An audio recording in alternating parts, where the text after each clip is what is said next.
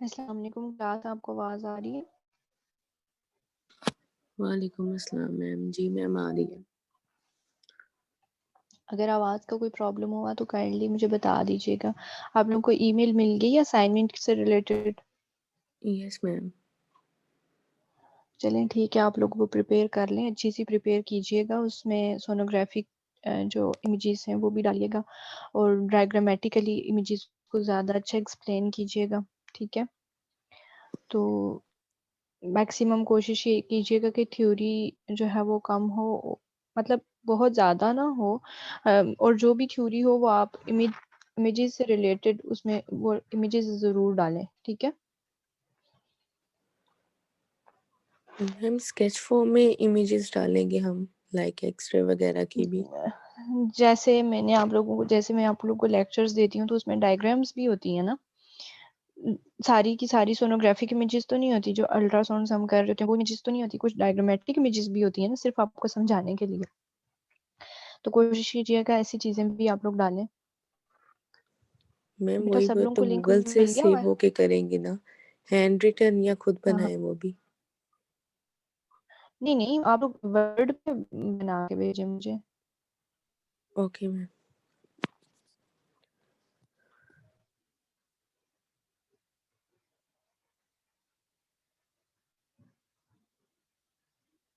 Ma'am image हमने खुद बनानी है? नहीं बेटा, मैंने आपको वर्ड पे बताया ना, वर्ड पे आपने असाइनमेंट सबमिट करानी है। मैम अगर माइक्रोसॉफ्ट गूगल वर्ड से में हम आपने डालेंगे तो असाइनमेंट। प्लेयरिज्म आ जाएगा। नहीं, इमेजेस का तो प्लेजरिज्म नहीं आता। Okay ma'am. जी बेटा। कौन सा बच्चा प्रीवियस लेक्चर को समराइज करेगा? मैम कौन सा प्रीवियस बच्चा लेक्चर बच्ची? में हमने अल्ट्रासाउंड का डिफाइन किया था कि अल्ट्रासाउंड होता क्या है। फिर बाद में हमने उसके ग्रे स्केल्स में पढ़ा था कि ए नोड क्या होता है, एम्पलीट्यूड बेस होता है। फिर बी नोड पढ़ा था हम लोगों ने, ब्राइटनेस मोड पे क्या होता है। और फिर हम लोगों ने एम मोड जो मूवमेंट और मोशन की बेसिस पे होता है। फिर हमने 2 टाइप्स के डॉपलर पढ़े थे, जिसमें हमने पढ़ा था कलर डॉपलर था और हमारे पास था पल्स डॉपलर। हम्म। तो क्या डिफरेंस था दोनों में?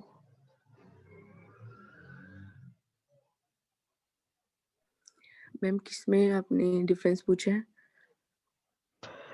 कंटिन्यूअस वेव में और पल्स वेव में। मैम कंटिन्यूअस जो हमारा डॉपलर वेव था ना, उसमें कि एक दफ़ा में ही हमें जो ना वेव हमें मिल रही थी, ठीक है। पर जो हमारा दूसरे वाला डॉपलर था ना, उसमें एक ये ब्लिस्टर्स की तरह जैसे था कि ऑन द स्पॉट बहुत ज़्यादा हमें एक दफ़ा में पल्स मिल रही थी, कंटिन्यूअस नहीं था वो। सीरियल में जिस ब्लिस्टर्स तरह पता है क्या होता है होता उस है? तरह में। ब्लिस्टर्स नहीं, मतलब ब्लिस्ट जैसे एक हाँ, ऐसे वर्ड्स आपने वैसे यूज नहीं करने। ब्लिस्टर्स क्या मैम वो होते हैं? मोटे ब्लिस्टर्स मोटे मुझे पता पानी। चल गया, वो जो जिसको हम छाले भी कहते हैं, वो नहीं, मतलब वो हाँ, तो वो ब्लिस्टर्स होते हैं और बर्स्ट ऑफ इमेजेस, हाँ, बर्स्ट ऑफ बर्स्ट पल्सेस जो होते है। हैं कि मतलब ऑन द स्पॉट हाँ, बहुत ज़्यादा जो। जो जैसे मुझे किसी बच्चे ने पिछले लेक्चर में बताया था कि मैम जब हम बर्स्ट शॉट लेते हैं बर्स्ट तो एक शॉट, ही टाइम में यस मैम। मैक्सिमम। हाँ, तो बेसिकली ये पल्स वेव भी एक बर्स्ट शॉट में निकल जाती हैं और फिर हमें वो सिग्नल देती रहती हैं। Yes ma'am. और कौन सा सादत अली एक्सप्लेन समराइज करो प्रीवियस लेक्चर को।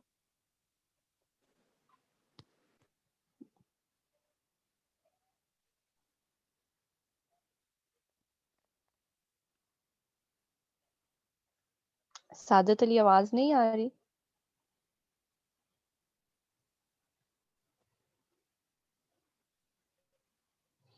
मोइजुल हक, आप समराइज करो प्रीवियस लेक्चर को।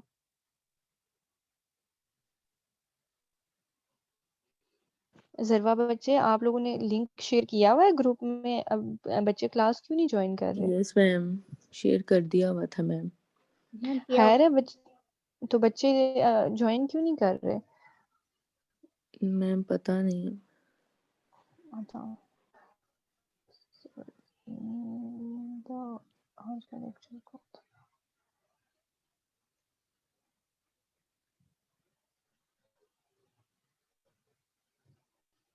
और कौन सी बच्ची जो है वो समराइज करना चाहेगी प्रीवियस लेक्चर को।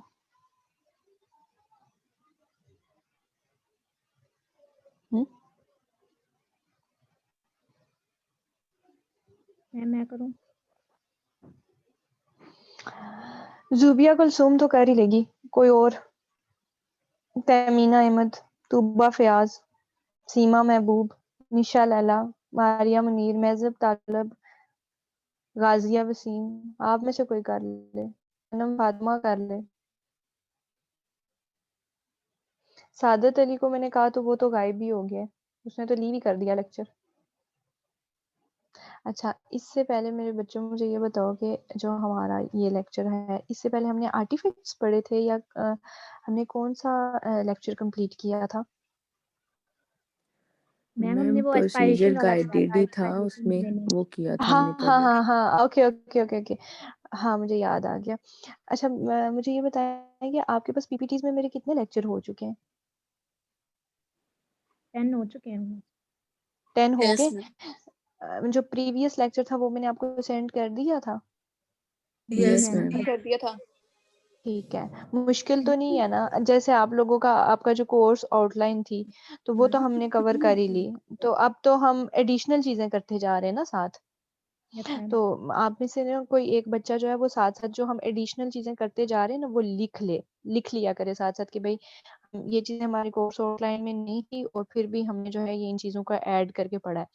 अब जैसे आप आपसे जो सीनियर क्लास है, जो लोग रीजनल अल्ट्रासाउंड पढ़ रहे हैं, आप में से भी शायद कोई पढ़ रहा होगा, तो उन लोगों ने ना जो है वो रीजनल अल्ट्रासाउंड के कुछ टॉपिक्स जो है ना वो जनरल अल्ट्रासाउंड में भी पढ़े।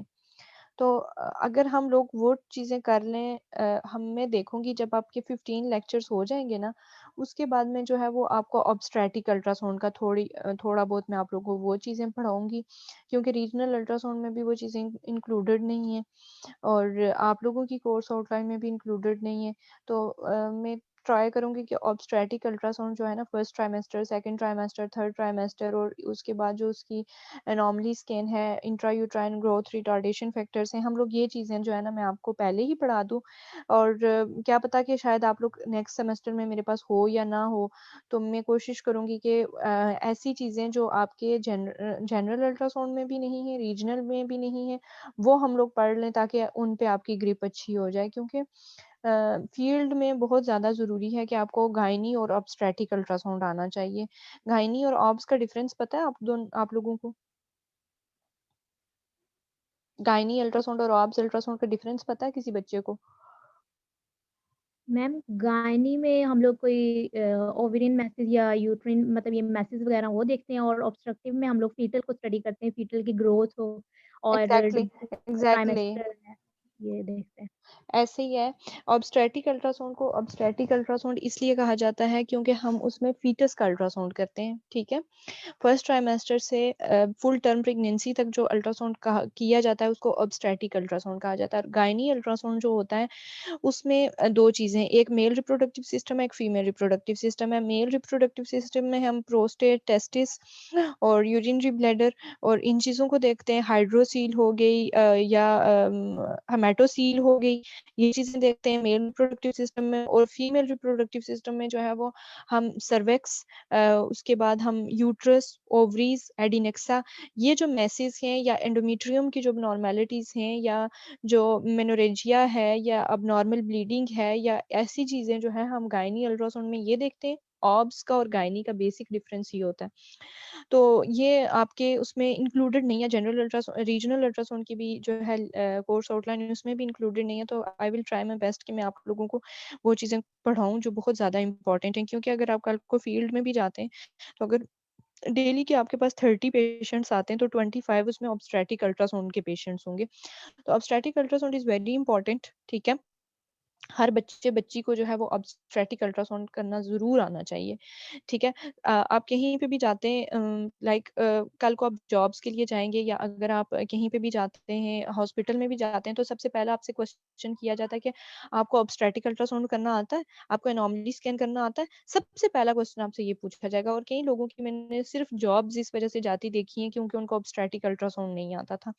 तो दिस इज़ वेरी इंपॉर्टेंट, आप लोगों को आना चाहिए। आप लोगों को इंशाल्लाह मैं कोशिश करूँगी कि बहुत अच्छे अच्छे सा एक बार पढ़ा दूँ, और कल को जब आप लोग फील्ड में जाएँ तो आपको पता होना चाहिए कि भाई फीटल अल्ट्रासाउंड में जो है हम फर्स्ट ट्राइमेस्टर में कैसी मेजरमेंट लेते हैं, ईडीडी कैसे निकालते हैं जो एक्सपेक्टेड डिलीवरी डेट होती है, और उसके बाद एनॉमली स्कैन में हम क्या-क्या चीज़ें देखते हैं, जो हमारे पास थर्ड ट्राइमेस्टर है उसमें हम बेबी की क्या पोज़ीशंस होती हैं, क्या देखते हैं, क्या नहीं देखते हैं।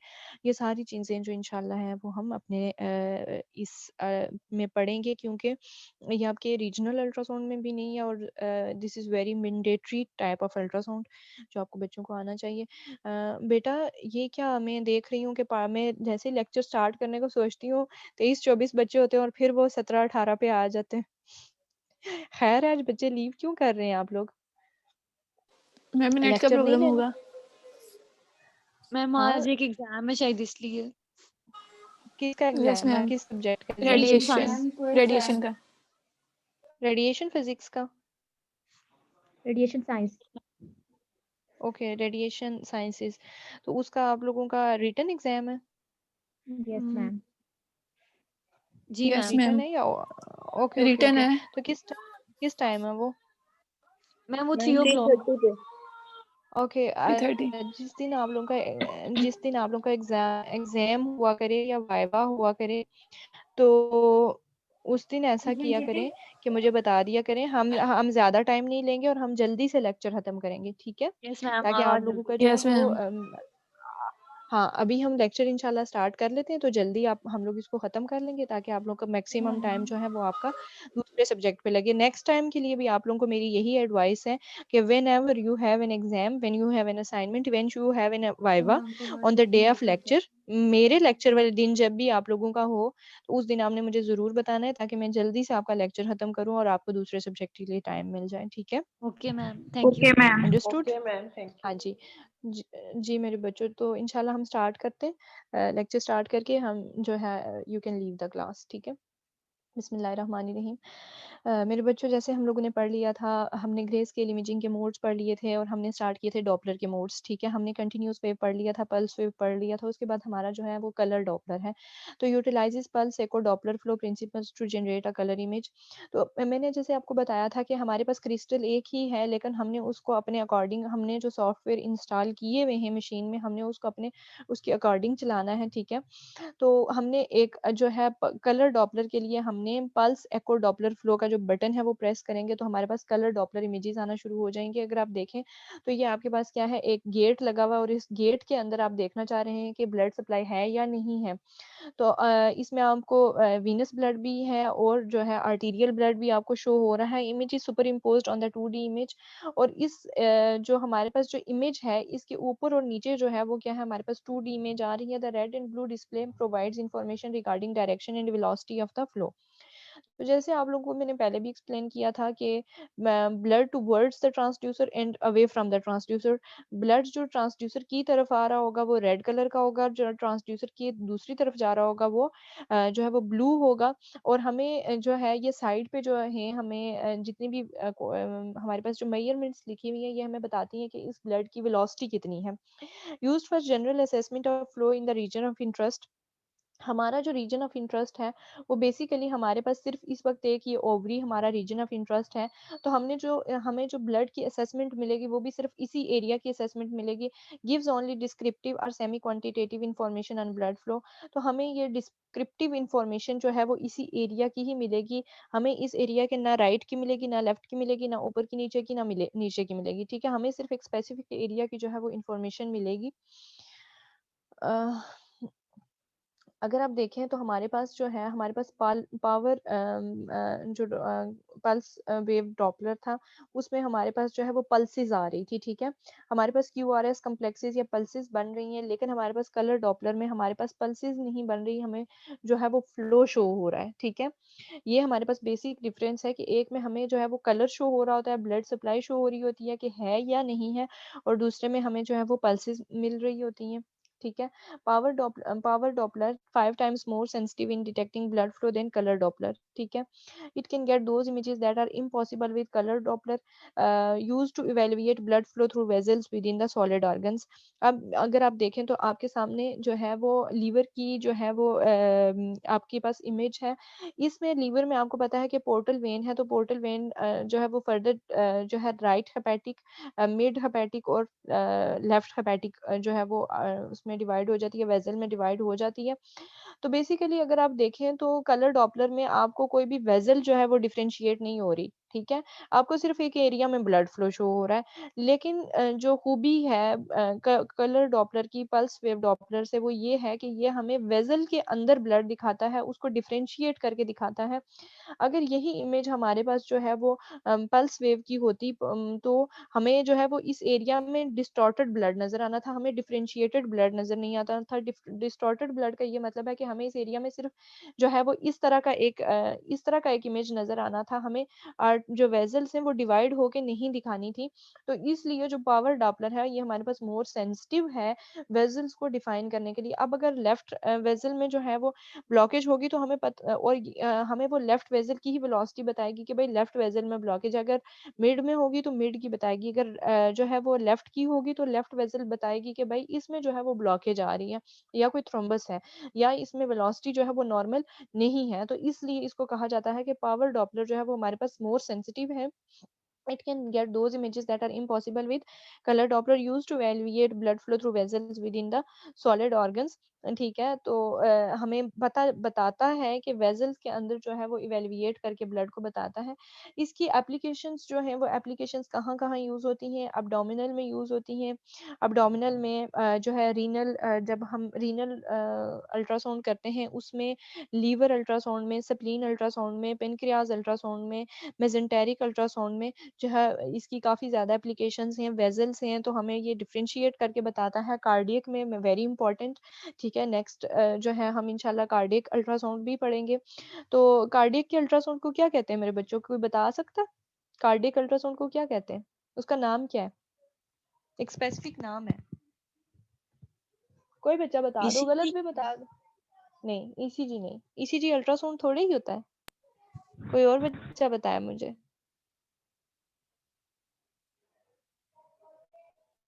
प्यारे इकोकार्डियोग्राफी। बच्चों, yes very good. What's your name बेटा? मैम निशा। निशा, वेरी गुड। हार्ट के अल्ट्रासाउंड को बेसिकली क्या कहा जाता है? इकोकार्डियोग्राफी, ठीक है। अब समझ आ गया? इन 7th 8th semester this is your subject of echocardiography and special ultrasound, ठीक है।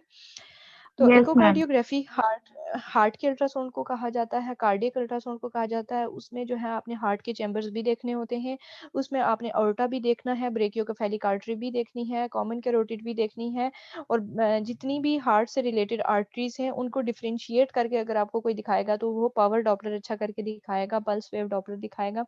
गायनेकोलॉजिकल में वेरी इंपॉर्टेंट, ठीक है। Uterine artery, ovarian artery, uterus की ब्लड सप्लाई, ओवरीज की ब्लड सप्लाई, सर्वेक्स की ब्लड सप्लाई में वेरी इंपॉर्टेंट रोल है इसका। इंट्रा ऑपरेटिव क्या है कि मेरे बच्चों, आपको पता है कि पहले जब भी कभी अल्ट्रासाउंड ऑपरेशन किया जाता था, एक बड़ा सारा इंसिजन लगा हुआ आप देखते थे कि भाई अगर किसी का गॉल ब्लैडर भी रिमूव हुआ है या किसी की अपेंडिसेक्टमी भी हुई है तो उसको एक बड़ा इंसिजन लगा के उसको निकाला जाता था। लेकिन आजकल जो है इंट्रा ऑपरेटिव का ये मतलब है कि इसको बेसिकली इसका जो मॉडर्नाइज्ड नाम जो है उसको क्या कहा जाता है? Laparoscopic surgery. तो लेप्रोस्कोपिक सर्जरी में जो है इसका बहुत अच्छा रोल है कि एक दो सुराख किए जाते हैं, ठीक है। या अकॉर्डिंग टू द नीड, अगर अब्डोमिनल की सर्जरी है तो दो जो है वो किए जाते हैं, होल बनाए जाते हैं और एक से जो है वो अल्ट्रासाउंड की प्रोब गुजारी जाती है और दूसरी साइड से जो है वो स्कैल्पल या ऑपरेटिव डिवाइस निकाली जाती है और जो है वो लेप्रोस्कोपिक सर्जरी हो जाती है। कोई मरीज को बड़ा इंसिजन नहीं दिया जाता, मरीज की कोई लंबी चौड़ी सर्जरी नहीं होती, उसको जनरल एनेस्थीसिया में नहीं भेजा जाता। तो उसमें जो है लेप्रोस्कोपिक सर्जरी में जो बड़ा इंपॉर्टेंट रोल है अल्ट्रासाउंड का। क्लियर है? क्लियर है? Yes ma'am. Laparoscopic surgery yes का मैम। और जो हमारे पास जनरल सर्जरी या उसका फर्क पता चल गया कि लेप्रोस्कोपिक सर्जरी में जो है वो मेजर इंसिजन्स नहीं हम देते, बड़े बड़े कट्स नहीं लगते, एक माइनर सा छोटा सा होल बना के उसी में से जो है वो इंट्राऑपरेटिव डिवाइसेस इंसर्ट करके जो है वो सर्जरी कर ली जाती है, ठीक है। तो अब डे बाय डे जैसे अल्ट्रासाउंड में एडवांसेस आ रही हैं, जैसे सीटी में एडवांसेस आ रही हैं, जैसे रेडिएशन साइंसेस में एडवांसेस आ रही हैं, वैसे ही सर्जिकल डिपार्टमेंट में भी एडवांसेस हैं, मेडिकल डिपार्टमेंट में एडवांसेस हैं, ठीक है। मस्कुलर स्केलेटल का आपको पता होना चाहिए कि शोल्डर के अल्ट्रासाउंड को, एल्बो के अल्ट्रासाउंड को, रिस्ट के अल्ट्रासाउंड को, नी जॉइंट के अल्ट्रासाउंड को और एंकल जॉइंट के अल्ट्रासाउंड को और फुट के अल्ट्रासाउंड को क्या कहा जाता है? जो हम मसल्स की या जॉइंट्स की जो हम स्टडी करते हैं उसको मस्कुलर स्केलेटल अल्ट्रासाउंड कहा जाता है। समझ आई है मस्कुलर स्केलेटल अल्ट्रासाउंड किसको कहा यस जाता है? Ma'am. Yes yes ma'am. Ma'am. कल जब मैं आपसे वाइवा में ये पूछूंगी कि बच्चे मेरे मुझे ये बताओ कि मस्कुलर स्केलेटल अल्ट्रासाउंड में हम कौन कौन से ऑर्गन्स की स्टडी करते हैं, तो आपको पता होना चाहिए कि भाई मस्कुलर स्केलेटल में हम कौन कौन से जॉइंट्स की करते हैं और मसल्स की करते हैं, ठीक है, ये पता होना चाहिए। फिर जब मैं आपसे पूछूं कि भाई इंट्रा ऑपरेटिव जो है वो सर्जरीज में अल्ट्रासाउंड कैसे हेल्पफुल है, ये भी पता होना चाहिए। गायनिकोलॉजिकल में जब मैं पूछूं तो आपने मुझे बताना है कि मैम गायनिकोलॉजिकल में अल्ट्रासाउंड में मेल रिप्रोडक्टिव सिस्टम और फीमेल रिप्रोडक्टिव सिस्टम का जो अल्ट्रासाउंड किया जाता है, मेल रिप्रोडक्टिव सिस्टम और फीमेल रिप्रोडक्टिव सिस्टम के ऑर्गन्स का नाम मेरे बच्चों को पता होना चाहिए। कार्डियक अल्ट्रासाउंड की जब बात करूं तो आपको पता होना चाहिए कि हार्ट के चारों चैम्बर्स की और उसके साथ एसोसिएटेड वेजल्स के अल्ट्रासाउंड को कार्डियक अल्ट्रासाउंड कहा जाता है। और अब्डोमिनल अल्ट्रासाउंड में बेसिकली अब्डोमिनल अल्ट्रासाउंड के ऑर्गन्स के नाम आप सुन लें, ठीक है। अब्डोमिनल में हम मेनली करते हैं लीवर का अल्ट्रासाउंड, गॉल ब्लैडर का अल्ट्रासाउंड, पेनक्रियास का अल्ट्रासाउंड, स्प्लीन का अल्ट्रासाउंड, पोर्टल वेन का अल्ट्रासाउंड और किडनीज का अल्ट्रासाउंड। और जो हमारे पास इंटेस्टाइन्स हैं, बाउल का जो अल्ट्रासाउंड होता है, इसको अब्डोमिनल अल्ट्रासाउंड कहा जाता है। और हमारे पास जो मेल और फीमेल रिप्रोडक्टिव सिस्टम का जो अल्ट्रासाउंड कहा जाता है उसको पेल्विक अल्ट्रासाउंड या गायनिकोलॉजिकल अल्ट्रासाउंड कहा जाता है। समझ आ गई है? बेटा अपने साथ जो है ना पेंसिल कॉपी रखा करें ताकि साथ साथ चीजें जो बाद में भूल जाने वाली हूँ वो आप लोग लिख लिया करें, ठीक है। क्लियर है? यहाँ से आगे चलूं। Yes ma'am. अब हमारे पास आता है नियोनेटल हेड। नियोनेटल हेड जो बेसिकली है, जैसे मैंने आप लोगों को बताया कि हमारे पास हम बोन का अल्ट्रासाउंड नहीं कर सकते। बोन का अल्ट्रासाउंड क्यों नहीं कर सकते? कि भाई बोन जो है वो एक जो हमारे पास स्ट्रॉन्ग रिफ्लेक्टर है और वो हमें जो है वो अपना सिर्फ शेडो देता है, वो अपना बोन हमें अपना इमेज नहीं देता, ठीक है। लेकिन क्या होता है कि नियोनेटल जो बेबीज होते हैं उनके जो है वो बोन्स डेवलप नहीं हुई होती, ठीक है। और उनके अगर हम एक्सरेज करेंगे तो उनको हम रेडिएशन डोज दे रहे हैं, लेकिन जैसे उनकी बोन्स डेवलप नहीं हुई होती, उनकी स्कल बोन डेवलप नहीं हुई होती, तो उनका हम जो है वो अल्ट्रासाउंड कर सकते हैं, ठीक है। बेबीज का जो नियोनेटल बेबीज हैं, जो फीटसेस हैं, उनके हम ब्रेन का अल्ट्रासाउंड कर सकते हैं। और हमारे पास मेनली जो जब आप लोग अल्ट्रासाउंड रूम में जाएंगे इंशाल्लाह, जब आप लोग किसी हॉस्पिटल में प्रैक्टिस कर रहे होंगे तो आप लोग देखेंगे कि नर्सरी में भी जाके आप छोटे छोटे बच्चों के ब्रेन का अल्ट्रासाउंड कर रहे हैं, या नर्सरी से आपके पास बच्चे आ रहे हैं ब्रेन के अल्ट्रासाउंड के लिए। क्यों? क्योंकि सस्पिशन होती है कहीं के बच्चे को हाइड्रोकेफलस ना हो। अब हाइड्रोकेफलस क्या होता है कि बच्चे के जो दिमाग में है वो पानी होता है, ठीक है, उसको हाइड्रोकेफलस कहते हैं, ठीक है। उसके बाद टार्च सिंड्रोम होता है, इन्फेक्शियस डिजीजेस होती हैं जो बच्चों को के ब्रेन को, सेंट्रल नर्वस सिस्टम को अफेक्ट कर रही होती हैं। ऑब्स्टेट्रिक अल्ट्रासाउंड का मैंने आपको बता दिया कि जो फीटस का अल्ट्रासाउंड हम करते हैं उसको ऑब्स्टेट्रिकल अल्ट्रासाउंड कहा जाता है। पेडियाट्रिक अल्ट्रासाउंड जो है वो बच्चों से रिलेटेड है। ट्रांसक्रेनियल और ट्रांस एसोफिजियल। ट्रांसक्रेनियल का ये मतलब है कि हम जो है वो क्रेनियम का अल्ट्रासाउंड कर रहे हैं, और ट्रांस एसोफेजियल का ये मतलब है कि हम एसोफेगस के अंदर अल्ट्रासाउंड प्रोब डाल के जो है एसोफेगस से अंदर ले जाके हम हार्ट के पोस्टीरियर एरियाज को, या हम जो है वो एसोफेगस के एरिया को हम जो है वो अल्ट्रासाउंड उसका कर रहे हैं, उसको ट्रांस एसोफेजियल अल्ट्रासाउंड कहा जाता है। इसके लिए अलग से प्रोब डिजाइन होती है।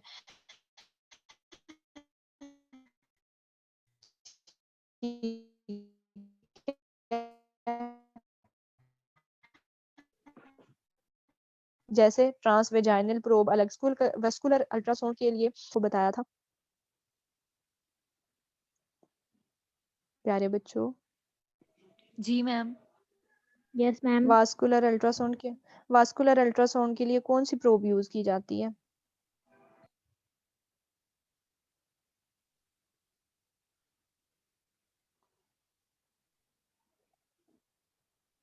आती है आपको, पिछली बार भी आपने मुझे बताई थी। जल्दी से बताएं फिर मैं नेक्स्ट मूव करूं।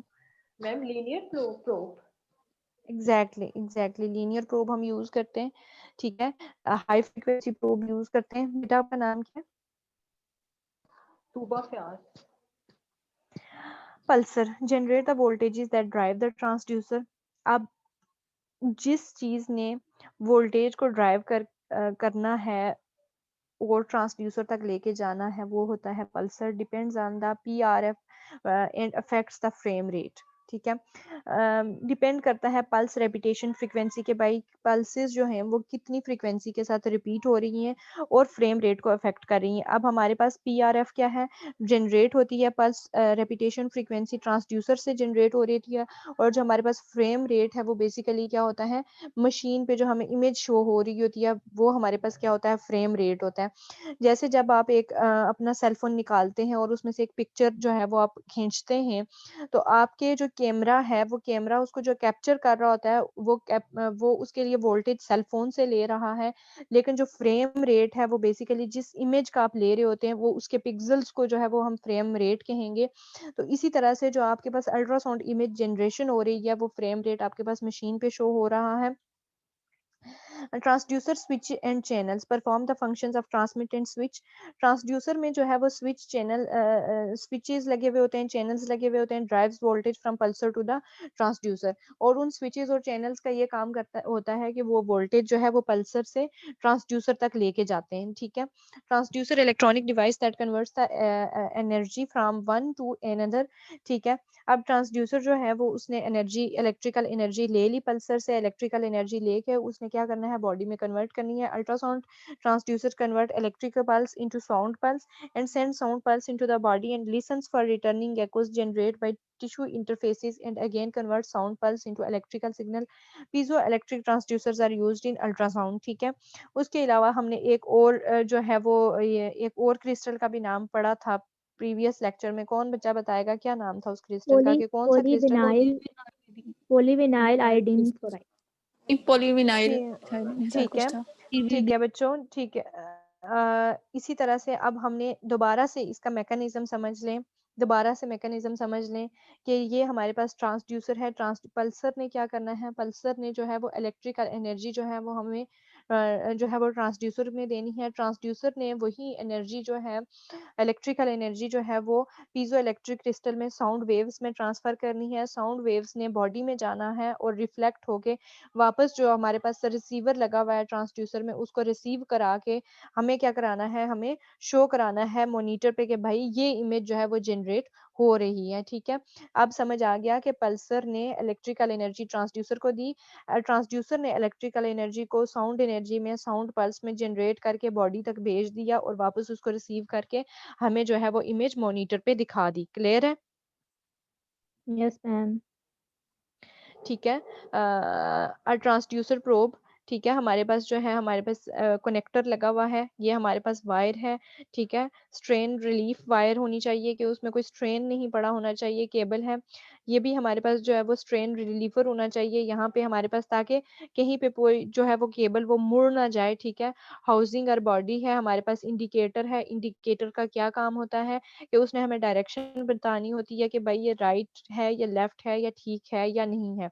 और हमारे पास लेंस है, और लेंस जिस एरिया में के अंदर होता है, जिस एरिया को लेंस ने ऑक्यूपाई किया हुआ होता है वो उसका फुटप्रिंट होता है। और हम फुटप्रिंट, और ये हमारे पास हाउसिंग और बॉडी है जहाँ पे पल्सर ने जो है वो वोल्टेज जो है वो इलेक्ट्रिकल वोल्टेज जो है वो ट्रांसड्यूसर में शिफ्ट करा के उसको साउंड पल्स में जनरेट करना है। ये हमारे पास जो है वो डिफरेंट शेप्स है। एग्जाम आपको पता होना चाहिए कि भाई हम कौन सा एग्जामिनेशन करने लगे हैं, ठीक है। ट्रांसड्यूसर की सिलेक्शन जो है वो एग्जाम के टाइप के अकॉर्डिंगली होनी चाहिए। ये आपको सबसे पहली बात मैंने बताई थी कि अगर आप अब्डोमिनल कर रहे हैं तो उसके लिए आपको पता होना चाहिए कि कन्वेक्स है या आपके पास लीनियर प्रोब है। जब आप ट्रांस एसोफेजियल अल्ट्रासाउंड करेंगे उसके लिए आपको पता होना चाहिए कि भाई उसके लिए हमारे पास अब ये सारी चीज़ें, ये सारी जो हमारे पास प्रोब्स पड़ी हुई हैं ये तो ट्रांस एसोफेजियल के लिए अप्रोप्रिएट नहीं होंगी, लेकिन हमारे पास ये जो प्रोब है ये हमारे पास ट्रांस एसोफेजियल में हेल्पफुल हो सकती है, ठीक है। या ट्रांस रेक्टल के लिए कौन सी होगी? ट्रांस, हर जगह पे हर सेटअप में डिफरेंट प्रोब्स होती हैं, डिफरेंट शेप्स होती हैं और हर कंपनी की डिफरेंट मशीन्स होती हैं, ठीक है।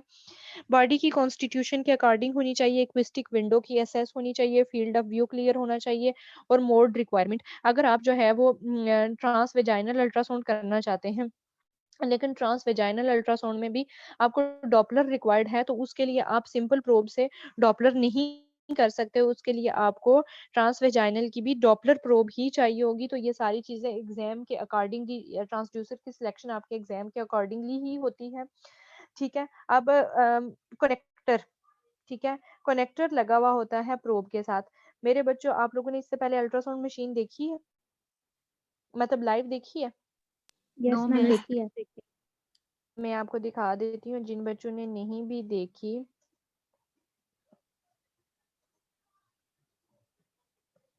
क्योंकि ना अगर तो हम लाइव होते, हम कहीं पे जस्ट लाइक हमारे पास मशीन होती, तो फिर तो मैं आपको उसके पार्ट्स दिखाती ना, but we don't have at this time. हाँ जी, मैं आपको दिखा देती हूँ कनेक्टर कहाँ पे लगा होता है basically. Just a second.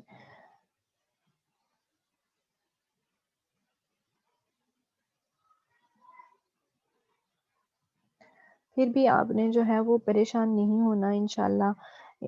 Corona कभी ना कभी तो ख़त्म होगा ही, और अल्लाह करे हम सबको दुआ करनी चाहिए कि जल्दी ही ख़त्म हो जाए, ठीक है। हर चीज़ जो है वो इसकी वजह से डिस्टर्ब हुई। अच्छा, अब अब आप लोगों को मशीन शो हो रही है, सॉरी क्रोम शो हो रहा है। Yes ma'am. ये हमारे पास प्रोब होती है, ये हमारे पास इसकी केबल है और इसको कहा जाता है कनेक्टर।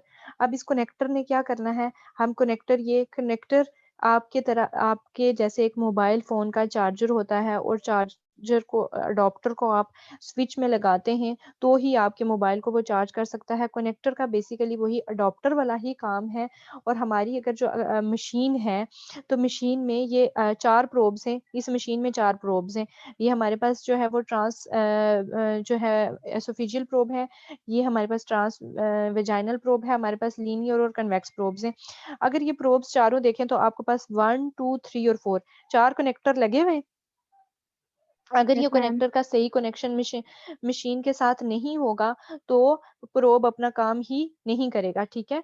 आपको पता होना चाहिए कि जब आप मशीन लाइव देखें, तो आपको पता हो कि भाई जो मशीन का जो प्रोब है वो कनेक्टर के जरिए जो है वो मशीन से जो है वो कनेक्टेड होता है। अब ये अ, हमारे पास ये मशीन थी जहाँ पे मैंने ट्रेनिंग की। तो अब तो है इलेक्ट्रॉनिक्स भी बड़ी जो है वो एक्सपेंसिव हो गई हैं, मशीन्स बहुत एक्सपेंसिव हो गई हैं, ठीक है। तो इस किस्म की मशीन थी जो हमारे पास, जिस पे हम लोग ट्रेनिंग करते थे, हाई एडवांस्ड किस्म की मशीन थी, ठीक है। तो अल्लाह करे कि आप लोगों को भी अच्छी ट्रेनिंग करना नसीब हो और अच्छा आप लोग आगे भी वर्क कर सकें, ठीक है। बेसिकली मैंने आपको जो मशीन दिखाई वो इसीलिए दिखाई कि आप लोगों को पता चल जाए कि भाई कनेक्टर का बेसिकली काम क्या होता है, ठीक है।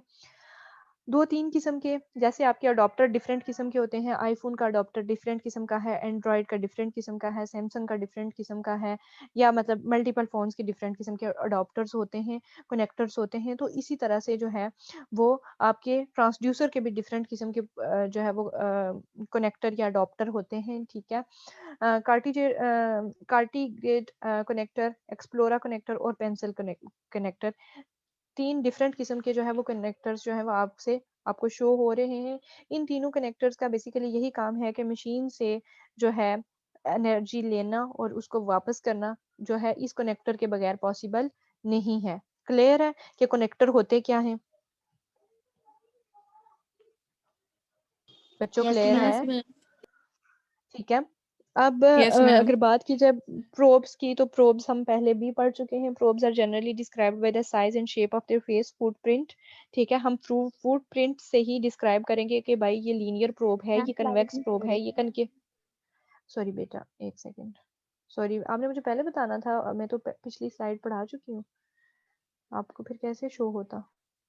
अच्छा,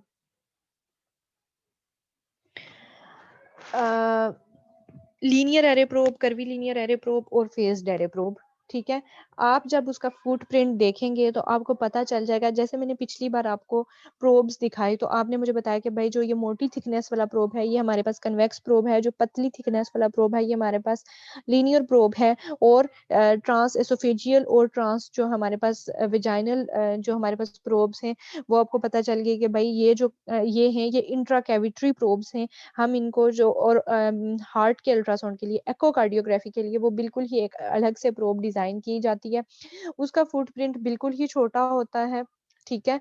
और हाई फ्रीक्वेंसी होती है लेकिन उसका बेसिकली एकोकार्डियोग्राफी के लिए सिर्फ़ जो है हमने उसमें हार्ट का अल्ट्रासाउंड करना है या वेसल का अल्ट्रासाउंड करना है, तो उसके लिए वो डिज़ाइन ही अलग तरीके से की जाती है।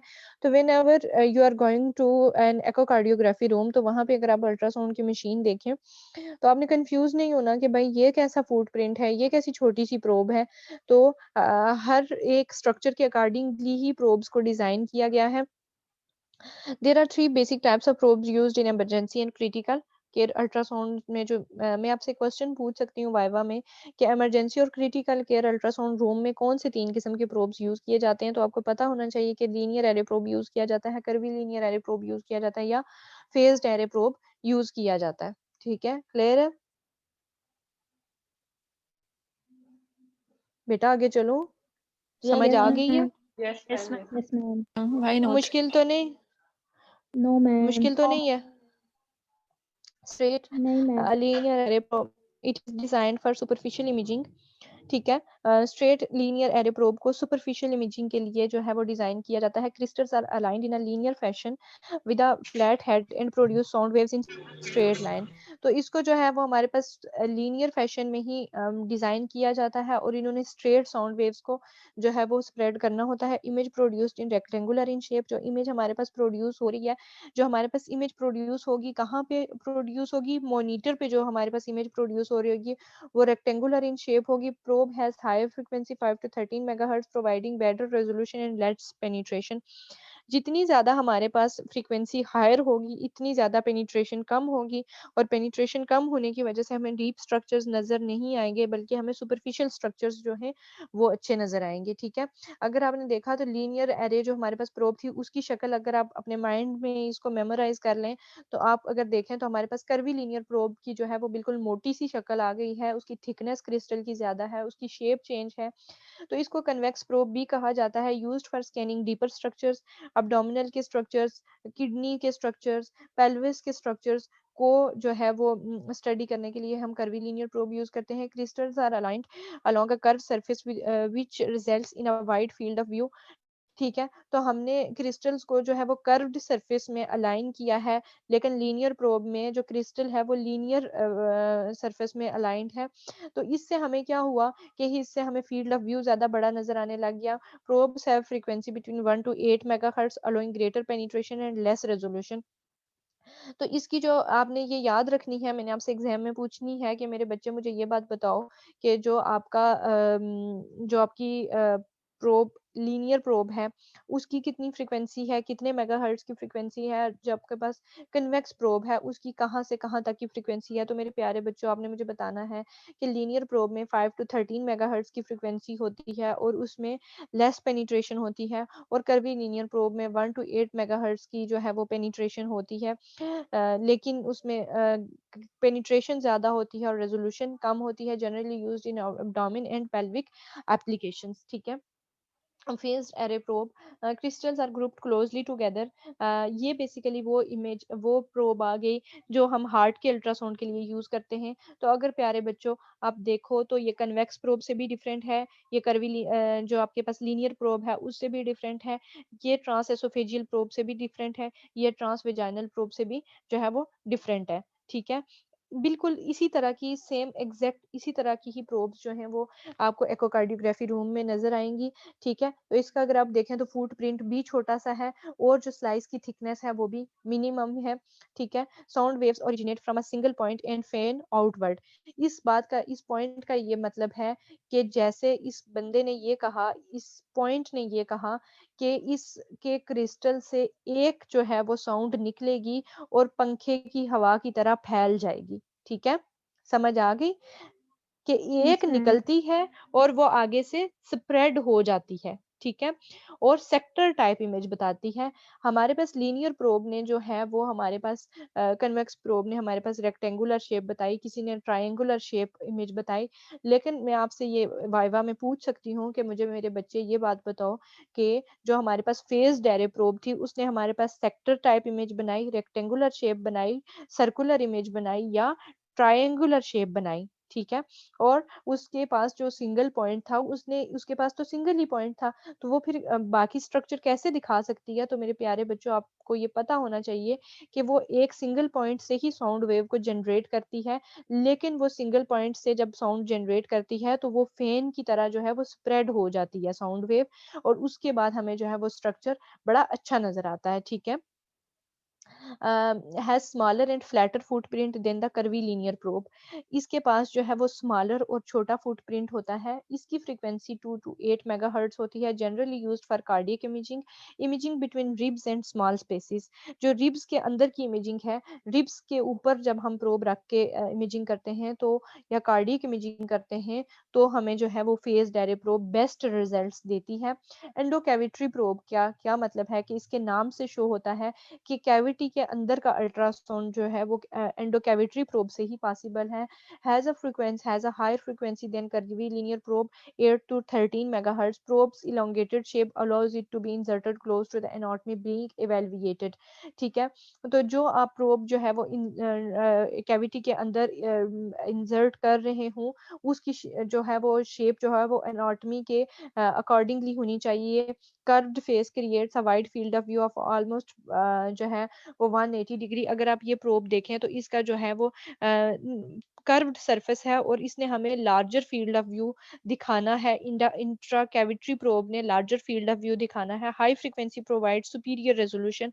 तो इसकी जो हाई फ्रीक्वेंसी होगी वो हमें इमेजेस को ज़्यादा क्लियर करके दिखाएगी। जैसे मेरे प्यारे बच्चों, जब हमें ट्रांस एब्डोमिनल अल्ट्रासाउंड पे जब फीटल कार्डियक एक्टिविटी नज़र नहीं आ रही होती, तो हम ये सजेस्ट करते हैं कि इस खातून का ट्रांसवेजाइनल अल्ट्रासाउंड किया जाए। उस पे हमें जो है वो रेज़ोल्यूशन अच्छी करके दिखाएगा, इमेज को मज़ीद करीब करके दिखाएगा, तो हमें क्लियर हो जाएगा कि बेबी का जो है वो एफसीए प्रेज़ेंट है या नहीं है।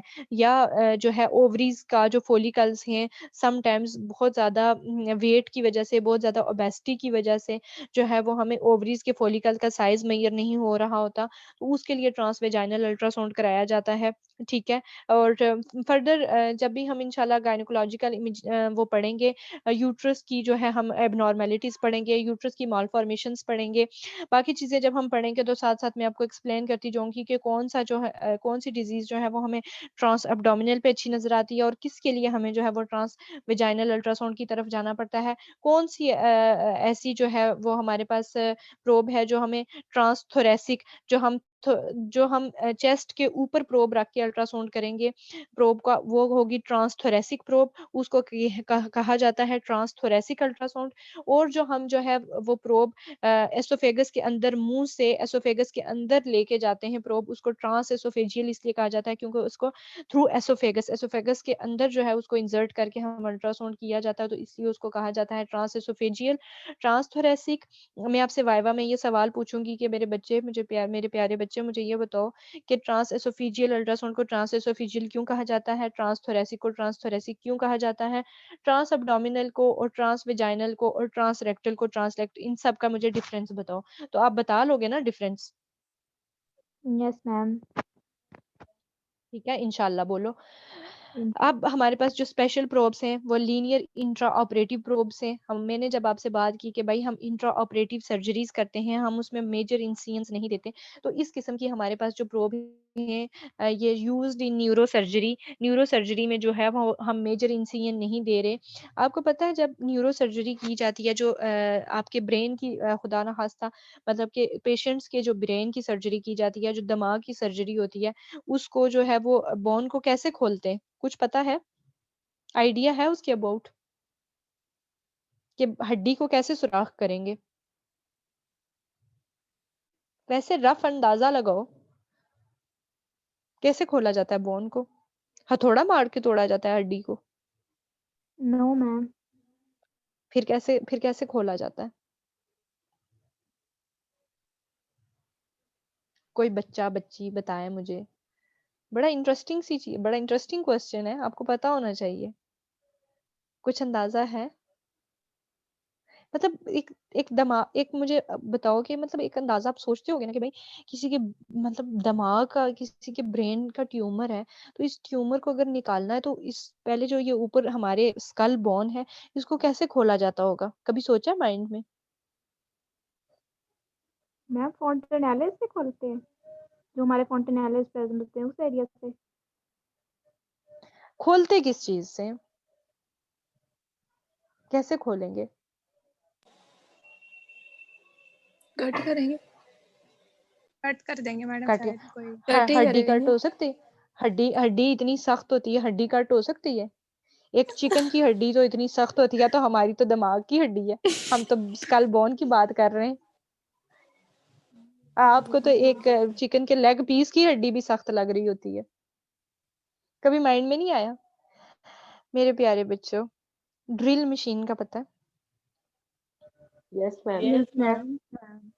उस ड्रिल मशीन से सुराख किए जाते हैं, और जिस एरिया की हमने सर्जरी करनी होती है, कभी आपने देखा होगा कि किसी एरिया को खोलना हो तो 2-3 जगह से सुराख करके उसका ऊपर से ढक्कन उठा लिया जाता है।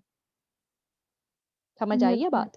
तो इसी तरह से 2 से 3 जगह पे जो है वो ड्रिल मशीन से दिमाग में सुराख किया जाता है, और फिर उसका वो हम पोर्शन निकाल लेते हैं। इसको गूगल पे सर्च कीजिएगा। जब मैंने न्यूरो सर्जरी पढ़ी थी तो मैंने बड़ी अजीब-ओ-गरीब चीज़ें हमने जो हम सोच नहीं सकते, हमने वो चीज़ें भी पढ़ी।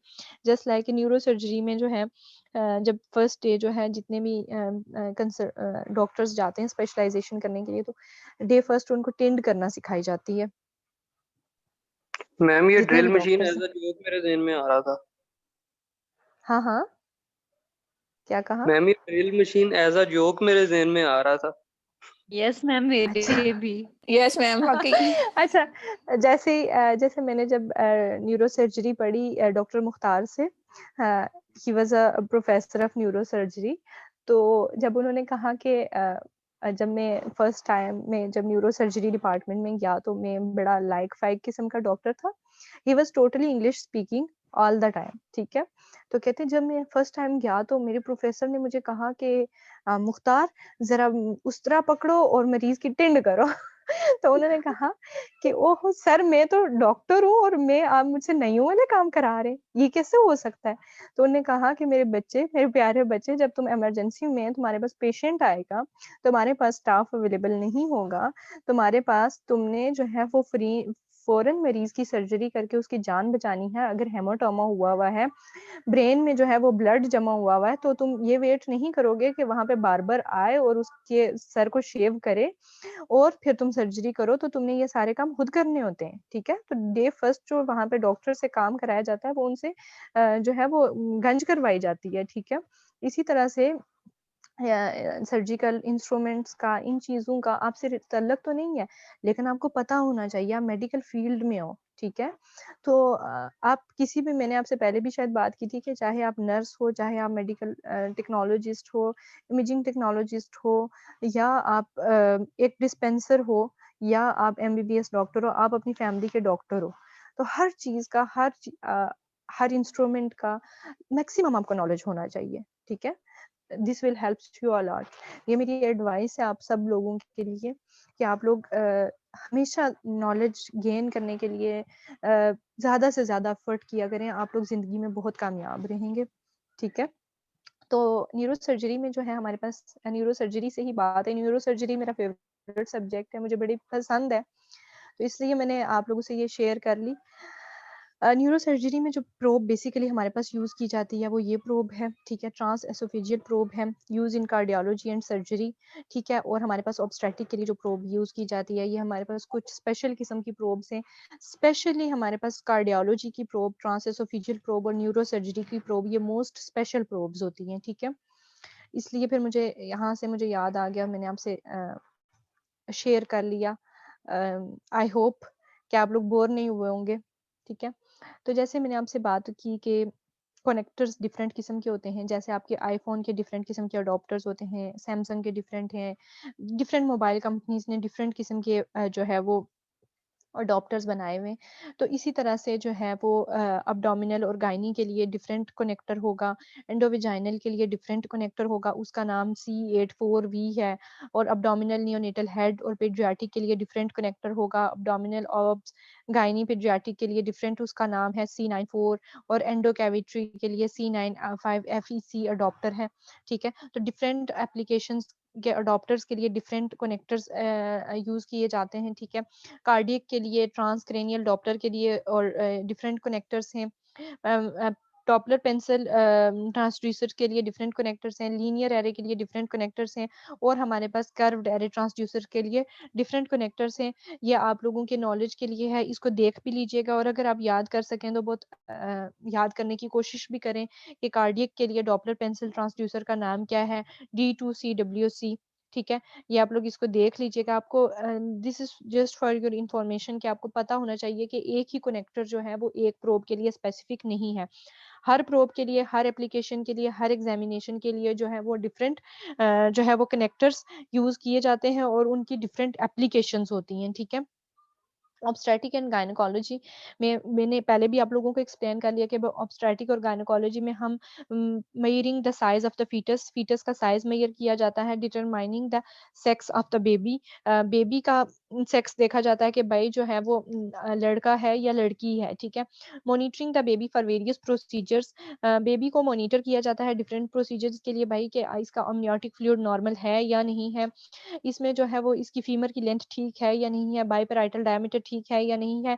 कनिजेंटल एब्नॉर्मेलिटीज़ के लिए बेबी का स्कैन किया जाता है कि कहीं स्पाइना बाइफिडा ना हो, कहीं स्पाइना ओकल्टा ना हो, कहीं जो है वो बेबी कल जब डिलीवर हो तो वो एक अबनॉर्मल बच्चा ना हो। जैसे कुछ जो है वो बच्चे जो होते हैं, आपने सुना होगा कि भाई पैदाइशी बच्चे का सर जुड़ा हुआ था या पैदाइशी बच्चे का धड़ आपस में जुड़ा हुआ था। तो समटाइम्स यूरोप में और डेवलप्ड कंट्रीज़ में एनोमली स्कैन के दौरान अगर बच्चे में कोई भी अबनॉर्मैलिटी नज़र आ रही होती है तो उस बच्चे को अबॉर्ट करा दिया जाता है, अबनॉर्मल बच्चों को पैदा नहीं कराया जाता। ये जो हमारे पास अबनॉर्मल बेबीज़ की ज़्यादा जो है बर्थ जो है वो हमारे पाकिस्तान में, बांग्लादेश में, नेपाल, भूटान और इन एरियाज़ में, अफ़गानिस्तान में जो है वो ज़्यादा है, ठीक है। क्योंकि टाइमली स्कैन नहीं कराया जाता, स्कैन करा भी दिया जाए तो डॉक्टर्स इतने नहीं होते, या पेरेंट्स की विलिंग नहीं होते बेबीज़ को अबॉर्ट कराने के लिए। Seeing the inside of the heart to identify the abnormal functions, cardiology में हमने इनसाइड हार्ट के फंक्शंस को, अबनॉर्मल फंक्शंस को देखने के लिए कार्डियोलॉजी की तरफ जाते हैं। Measuring blood flow through the heart and major blood vessels, ठीक है। ब्लड फ्लो को हमने देखना होता है और मेजर ब्लड फ्लो के वेसल्स को देखना होता है। यूरोलॉजी में हम जो है वो किडनी को देखते हैं, किडनी स्टोन्स देखते हैं, और प्रोस्टेट कैंसर की अर्ली स्टेजेस पे प्रोस्टेट कैंसर को भी हम डायग्नोज कर सकते हैं। इसीलिए whenever you are doing an ultrasound of pelvis, तो आपने जो है वो प्रोस्टेट के वॉल्यूम पे लाजमन कमेंट करना होता है कि प्रोस्टेट का वॉल्यूम कितना है, ठीक है। बाकी सारे ऑर्गन्स की हम डायमेंशंस मेजर करते हैं, लेकिन ओवरीज का और प्रोस्टेट का हम वॉल्यूम मेजर करते हैं कि भाई कितने ml वॉल्यूम है, ठीक है। और प्रोस्टेट जो है वो बेसिकली 25 ग्राम्स तक जो है वो नॉर्मल होता है, और ओवरीज जो है वो 7 टू 9 ml तक जो है वो नॉर्मल ओवरीज होती हैं, ठीक है।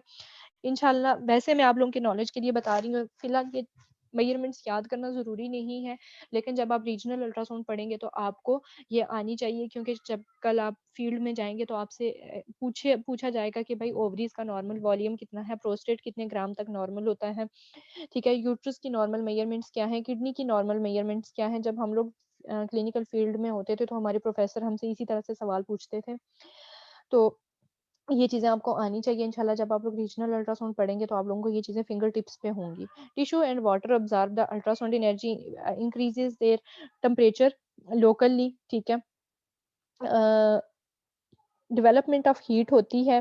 मैंने जब बायोलॉजिकल इफेक्ट्स ऑफ अल्ट्रासाउंड आपको पढ़ाए तो मैंने आपको बताया कि भाई किन केसेस में जो है वो टेम्परेचर इंक्रीज करेगा तो वो हार्मफुल हो सकता है, ठीक है। फॉर्मेशन ऑफ बबल्स, कैविटेशन भी हम पढ़ चुके हैं। When dissolved gases came out of the solution due to local heat caused by ultrasound. Cavitation भी बेसिकली अल्ट्रासाउंड हीट की ही वजह से होती है, लेकिन उसको कंट्रोल किया जा सकता है। कैविटेशन इतनी जो है वो इतना उसका रिस्क नहीं होता जितना हीट का होता है। बेनिफिट्स पार्ट्स क्या हैं हमारे इसके पास, image muscle soft tissues very well, renders live images where most desirable section is selected, shows structure of organs, no long term side effects, widely available and comparatively flexible, highly portable, relatively inexpensive, spatial resolution is better in high frequency scanners. ठीक है, benefits हमारे पास इसके ज़्यादा हैं, हम soft tissues को अच्छे से आइडेंटिफाई कर सकते हैं, उनको देख सकते हैं, लाइव इमेजेस देख रहे होते हैं जो कि किसी और मोडालिटी में हमारे लिए पॉसिबल नहीं होता।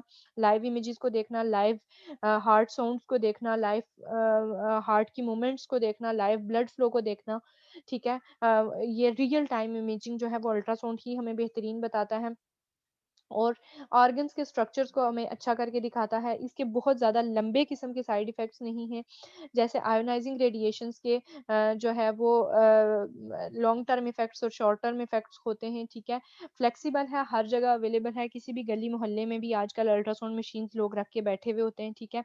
और बहुत ज़्यादा महँगा नहीं है, जैसे आपको एक सीटी स्कैन कराना पड़े तो आपके 15 से आपको 15 से 20,000 रुपए या 25,000 रुपए होंगे तो आप एक सीटी स्कैन या एमआरआई करा सकते हैं। तो अल्ट्रासाउंड 500, 600, 1000 रुपए में भी हो जाता है, ठीक है। पोर्टेबल का मतलब ये है कि आप एक सीटी स्कैन की मशीन को एक जगह से उठा के दूसरी जगह नहीं लेके जा सकते, या एक एमआरआई की मशीन है, तो उसके लिए आप आसानी से एक जगह से मशीन दूसरी जगह नहीं लेके जा सकते। उसकी निस्बत जो है, एक अल्ट्रासाउंड मशीन को आप अपनी गाड़ी में रख के या किसी भी और जगह में उसको रख के एक जगह से दूसरी जगह आराम से लेके जा सकते हैं। जैसे हम लोग जब वार्ड में जाके अल्ट्रासाउंड करते थे, तो हम अल्ट्रासाउंड स्कैन रूम से मशीन निकालते थे और उसको चलाते हुए लिफ्ट में ले जाके वार्ड में पहुंच जाते थे, ठीक है। स्पेशल रेजोल्यूशन का ये मतलब होता है कि मिनिमम इंफॉर्मेशन जो हमें मिल रही है वो हाई फ्रीक्वेंसी में हमें अच्छी मिलती है, लेकिन इसकी जो है वो कुछ लिमिटेशंस हैं, ठीक है। ट्रबल पेनिट्रेटिंग बोन, ठीक है, बोन में पेनिट्रेट होके हमें बोन की इमेज नहीं देती। Sonography performs very poorly when there is gas between the transducer and organ of interest. जब गैस हो हमारे एरिया ऑफ इंटरेस्ट के दरमियान और ट्रांसड्यूसर के दरमियान तो हम अच्छी इमेजिंग नहीं कर सकते। Bubble habitus has large influence on image quality. Body habitus के अगर बॉडी ओबीज है, फैट्स बहुत ज़्यादा हैं, तो भी इमेज क्वालिटी अच्छी नज़र नहीं आती। समटाइम्स हमारे पास जब हमारे अपने ट्रेनिंग हॉस्पिटल में अच्छी मशीन नहीं होती थी, तो बहुत जो हम मोटे किस्म के लोग होते थे, जिनमें बहुत ज़्यादा फैट्स होती थी, ओबीज़ लोग होते थे, तो हम उनको कह देते कि थे कि आप किसी और जगह से जाके अच्छी मशीन से अल्ट्रासाउंड कराएँ। हमारी मशीन इस काबिल नहीं है कि आपका अल्ट्रासाउंड कर सके। उसका जो है वो इतना पावरफुल नहीं है, उसका जो हमारे पास क्रिस्टल है वो इतना पावरफुल नहीं है। Method is operator dependent. Operator dependent का ये मतलब है कि आप ऑपरेट कर रहे हैं, आपको मशीन की कितनी इन्फॉर्मेशन है, आप मशीन कितनी अच्छी चलाना जानते हैं और आपका मेथड क्या है कि आप कौन से एरिया पे रख के जो है वो कौन सी चीज़ को डायग्नोज कर रहे हैं। आप जितने अच्छे ऑपरेटर होंगे, मशीन इतनी अच्छी वर्क करेगी। अगर आप अच्छे ऑपरेटर नहीं हैं, अगर आपको मशीन का नॉलेज नहीं है, तो आप अच्छा एग्जाम नहीं कर सकते। No scout image as there is with CT and MRI.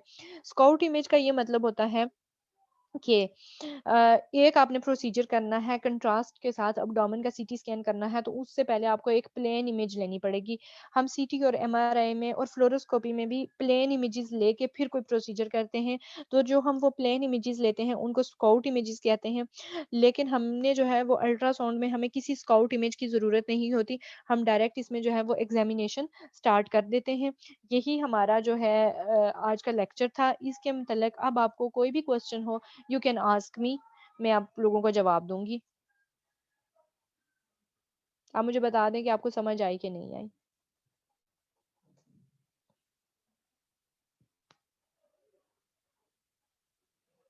Yes ma'am uh class गई। यस मैम आ गई है। मुश्किल तो नहीं था, मुश्किल तो नहीं था। कोई क्वेश्चन हो तो पूछें।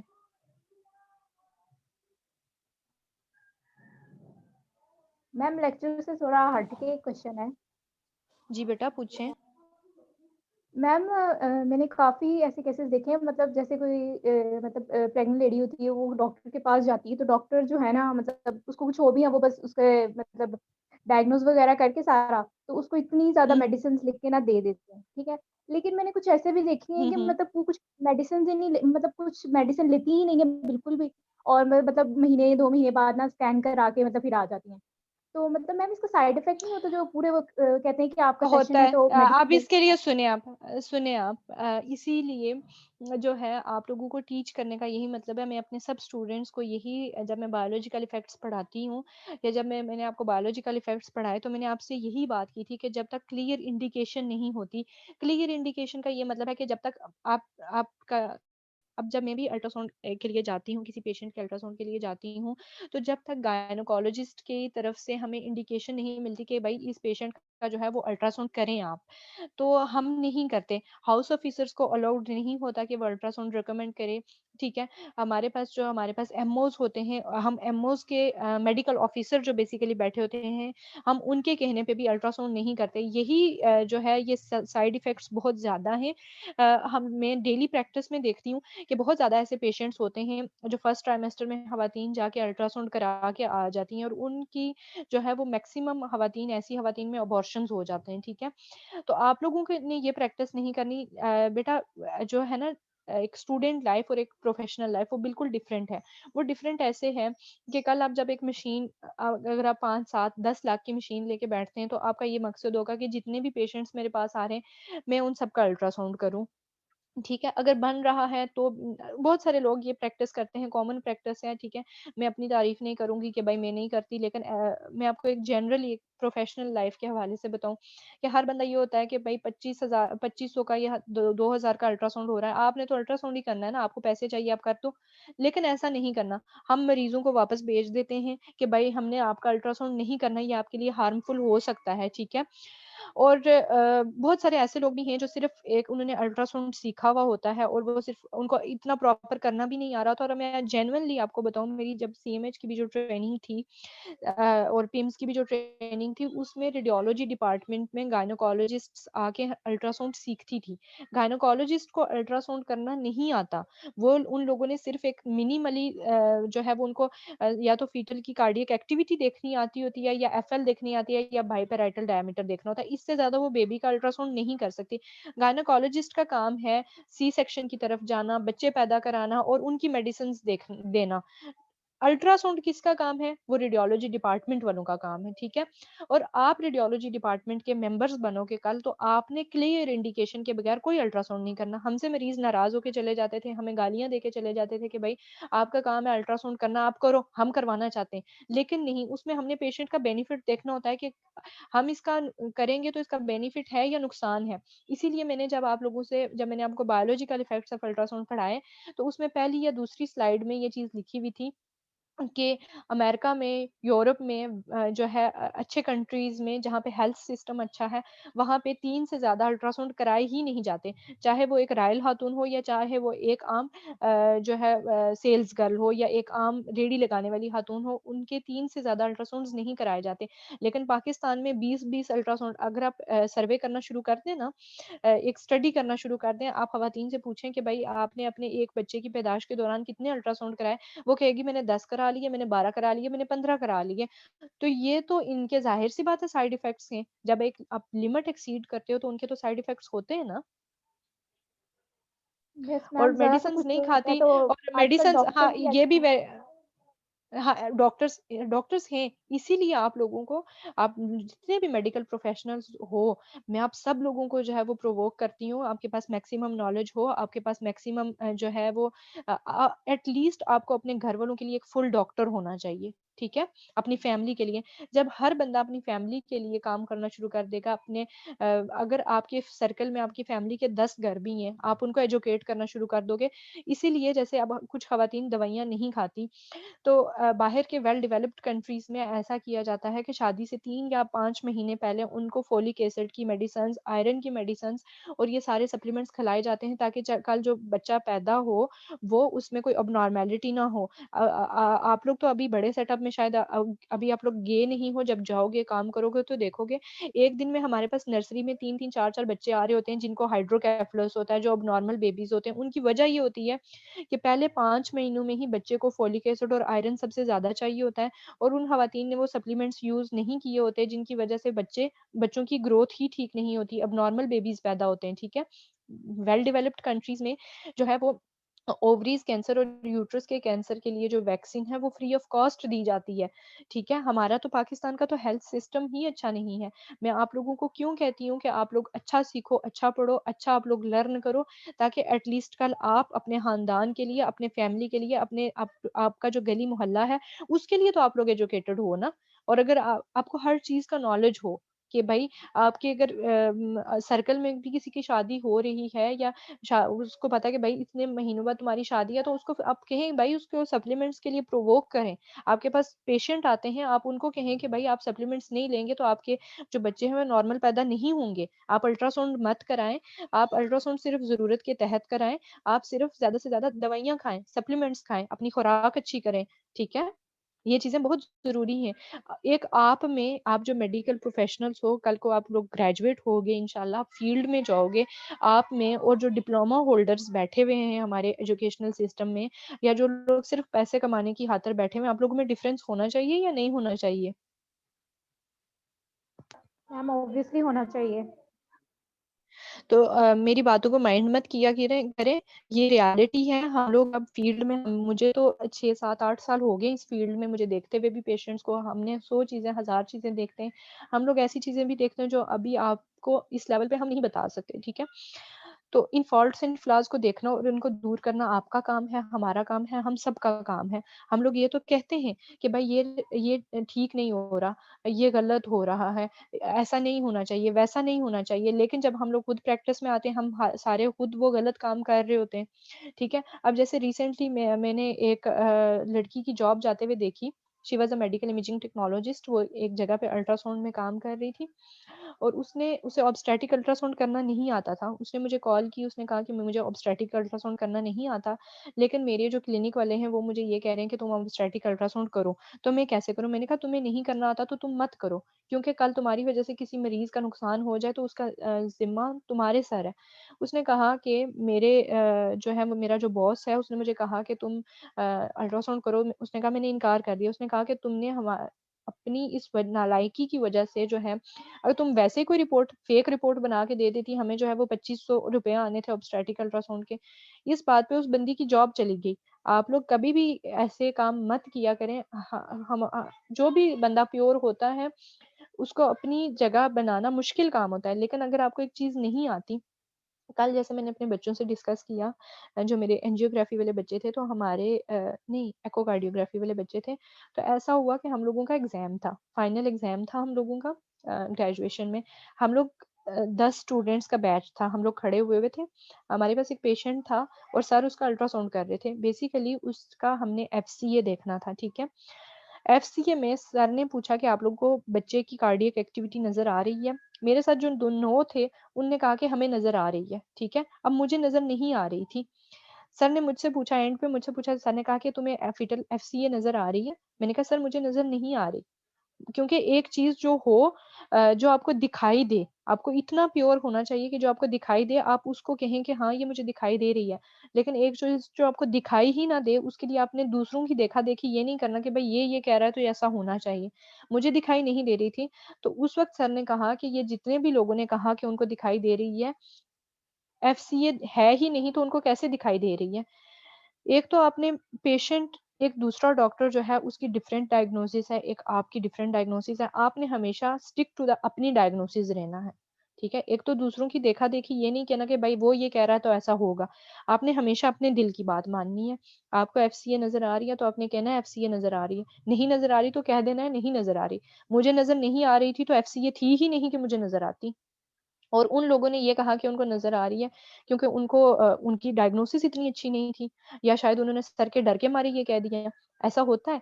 आप लोगों ने वाइवा में, एग्जाम में हमेशा वो जवाब देना है जो आपका दिल करे। जब मैं भी आपसे पूछूं कि मेरे बच्चे मुझे ये बताओ कि ये तुम्हें क्या नजर आ रहा है, तो अगर एक बंदा कहे कि लीवर नजर आ रहा है तो दूसरे ने ये नहीं कहना कि ये लीवर है। उसने वो बताना है जो उसके माइंड में हो, जो उसको लग रहा हो कि नहीं मैम ये तो स्प्लीन है, ये तो लीवर नहीं हो सकता। इसलिए आपको टू बी वेरी ऑनेस्ट होना पड़ेगा अपनी फील्ड से, टू बी वेरी प्योर होना पड़ेगा। डर तो नहीं गए ज्यादा नो मेरी मैम। बातों से? No ma'am. Yes ma'am. बेटा ये नॉलेज, क्लिनिकल नॉलेज देना आपको बहुत ज़रूरी है। ये मेरा काम है, ये हम टीचर्स का ही काम है कि आपको फ़ील्ड की बातें भी सिखाएँ और आपको जो है आपको हम पढ़ाएँ भी और हम आपको सिखाएँ भी। अनफॉर्च्यूनेटली कोरोना की, कोविड की वज़ह से आप लोगों की रोटेशंस आई नो कि डिस्टर्ब्ड हैं इंशाल्लाह, लेकिन यू हैव मोर 2 इयर्स, तो उसमें हम अगर मैं नहीं भी होती, आप लोग होते हैं अकेले, जिस भी टीचर के साथ होते हैं, तो आपने हर टीचर से मैक्सिमम गेन करने की कोशिश करनी है, लर्न करने की कोशिश करनी है।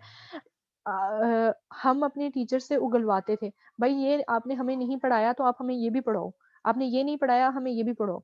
हमारे सर ये टॉपिक्स रहते हैं, जैसे मैं आप लोगों को एग्ज़ाम्पल दूँ कि हमने काफ़ी ज़्यादा जो है हमारा अल्ट्रासाउंड का कोर्स कवर नहीं हुआ था। 7th सेमेस्टर में हम लोग पहुँच गए थे, जब ग्रेजुएशन के 7th सेमेस्टर में हम पहुँचे तो हमारा कुछ अल्ट्रासाउंड का कोर्स कवर नहीं हुआ। तो पर्सनली मैंने सर से जाके, जो हमारे हेड ऑफ डिपार्टमेंट थे, मैंने उनसे रिक्वेस्ट की कि सर हमारी ये चीज़ें कवर नहीं हुई हुई, तो हम 6 महीनों के बाद ग्रेजुएट हो जाएँगे, तो अगर आपकी हम हमारी आपसे एक रिक्वेस्ट है कि अगर आप हमें पढ़ा दें तो। सर ने कहा कि कोई मसला नहीं है। सर ने हम 10 लोगों का बैच और जितने भी वहाँ पे ट्रेनीज़ थे उन सब का बैच बनाया और हमें सुबह हम लोग वैसे हम 8 बजे हमारा लेक्चर होता था, हम 7:30 आ जाते थे, ठीक है? तो हमने वो आधा पौना घंटा सर से निकलवा के हमने सर से पढ़ना शुरू कर दिया और हम सबका भला हो गया। किसी एक स्टूडेंट की वज़ह से सबका भला हो गया और सबने उन चीज़ों को पढ़ लिया और लर्न कर लिया। तो आप में से इनिशिएटिव लिया करें। मुझे कहा करें कि मैडम हमें ये चीज़ पढ़ने का शौक है, हम हमें ये चीज़ पढ़ाएँ। हमें ये चीज़ पढ़ने का, लर्न करने का दिल है, आप हमें ये चीज़ पढ़ाएँ। आप मुझे कहा करें, मुझसे पूछा करें, ठीक है? Yes ma'am. और आप लोगों को इंशाल्लाह जो है मैं अभी आप लोग एग्ज़ाम्स आप लोगों के कब फ्री होंगे? आप लोग इस एग्ज़ाम से कब फ्री होंगे? मैम अभी तो हो रहे हैं, फ़रवरी में फाइनल्स होंगे फिर ही फ्री होंगे। चलें आपने जो है जब हमारा लेक्चर एंड होगा, जब हमारी कोर्स कवर हो जाएगा, आप लोगों ने मुझे याद कराना है, मैं आपको अल्ट्रासाउंड की वीडियोज़ भेजूँगी, ठीक है? आपने अपने फ़ारग टाइम में वो सारी अल्ट्रासाउंड की वीडियोज़ देखनी है कि ये अल्ट्रासाउंड कैसे हो रहा है, क्या हो रहा है, क्या नहीं हो रहा। फिर उसके बाद उसका फ़ायदा ये होगा कि जब आप रीजनल अल्ट्रासाउंड पढ़ेंगे ना, तो रीजनल अल्ट्रासाउंड में आपकी बेस इतनी स्ट्रॉन्ग हुई हुई होगी कि जब मैं पढ़ाऊँगी आपको या कोई भी और टीचर आपको पढ़ाएगा, तो आप लोगों को पढ़ते हुए ये पता चल जाएगा कि भाई ये चीज़ तो हम देख चुके हैं। कैसे देख चुके हैं? अभी हॉस्पिटल्स में जाके नहीं देख सकते, लेकिन एट लीस्ट वीडियोज़ तो देख सकते हो ना। अगर एक 3 घंटे की मूवी देखते हो, तो घंटे की अब्डोमेन का अल्ट्रासाउंड देखना मुश्किल काम तो नहीं है। नो मैम, देख सकते हैं हम। अच्छा, आप लोगों को मैंने ये लेक्चर शेयर कर दिया हुआ है? यस मैम, अल्ट्रासाउंड कर इमेजिंग दिया। मोड्स। यस मैम, चलें कर ठीक है, आप दिया। लोग अपनी असाइनमेंट प्रिपेयर करें, अपने ग्रुप में मैसेज भी फॉरवर्ड कर दें कि असाइनमेंट्स जो है वो मुझे, जो एक ड्यू डेट है उसके बाद जिसकी भी मिली मैंने नहीं लेनी, मैंने रिसीव नहीं करनी। ज़रवा है ना group admin? Yes ma'am. Yes ma'am. Zarwa बच्चे, आपने आपने जो है ईमेल के स्क्रीनशॉट्स भी ग्रुप में फॉरवर्ड कर देने हैं ताकि सब बच्चों को मिल जाए और उनको पता भी चल जाए, ठीक है? और उस ड्यू डेट के बाद मैंने किसी की भी असाइनमेंट नहीं लेनी, ताकि कल को कोई बच्चा ये ना कहे कि मुझे ईमेल नहीं मिली थी या मुझे पता नहीं था, ठीक है? अपना ख़्याल रखिएगा बच्चों। और कोविड बहुत तेज़ी से जो है वो स्प्रेड हो रहा है। उसमें मैक्सिमम म्यूटेशंस आ गई हैं, डेथ रेट बहुत ज़्यादा बढ़ गया है। इसको मज़ाक नहीं समझना, अपने घरों में रहना है, अपना ख़्याल रखना है और जितने भी आपके फैमिली मेंबर्स हैं, सबका ख़्याल रखना आपकी रिस्पॉन्सिबिलिटी है, ठीक है? Yes ma'am. ओके। ओके बच्चे, अपना ख़्याल रखिएगा। अल्लाह हाफ़िज़। अल्लाह अल्लाह हाफिज। अल्लाह हाफ़िज़ बेटा, अल्लाह हाफ़िज़।